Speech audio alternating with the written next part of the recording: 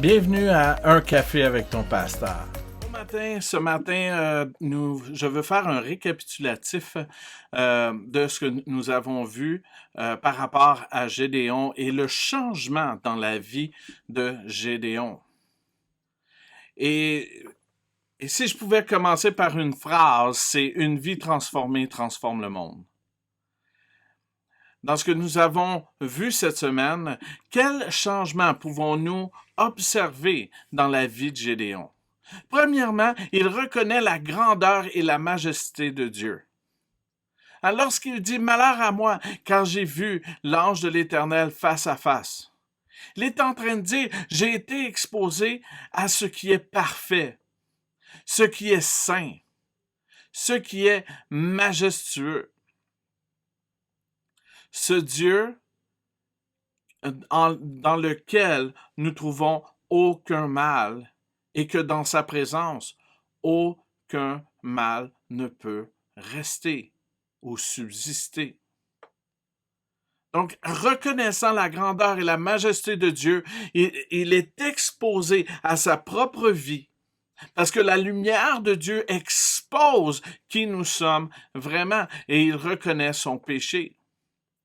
Son péché, c'est d'avoir dit que Dieu ou de croire que Dieu avait abandonné lui et le peuple, et deuxièmement, la vision qu'il avait de lui-même.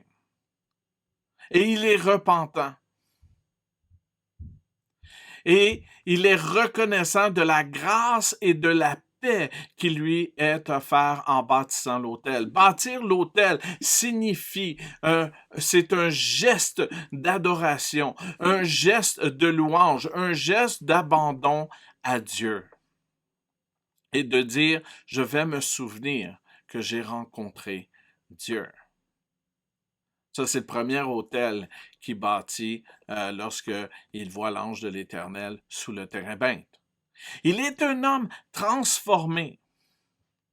Parce que lorsqu'il reçoit en vision sa première mission, il décide de prendre 10 personnes avec lui et de détruire l'autel de Baal et le poteau d'Ashéra.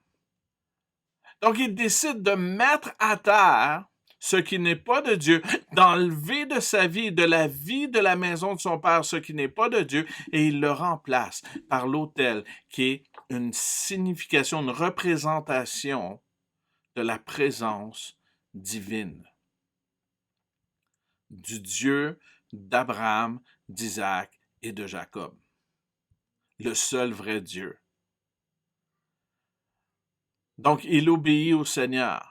Et il devient un élément d'impact, un changement pour sa maison et qui résultera à un changement pour la nation. Donc, dans tes rencontres avec Dieu, qu'attends-tu de Dieu? Je vais vous dire, moi, je m'attends d'être continuellement transformé. Merci d'avoir pris un café avec ton pasteur.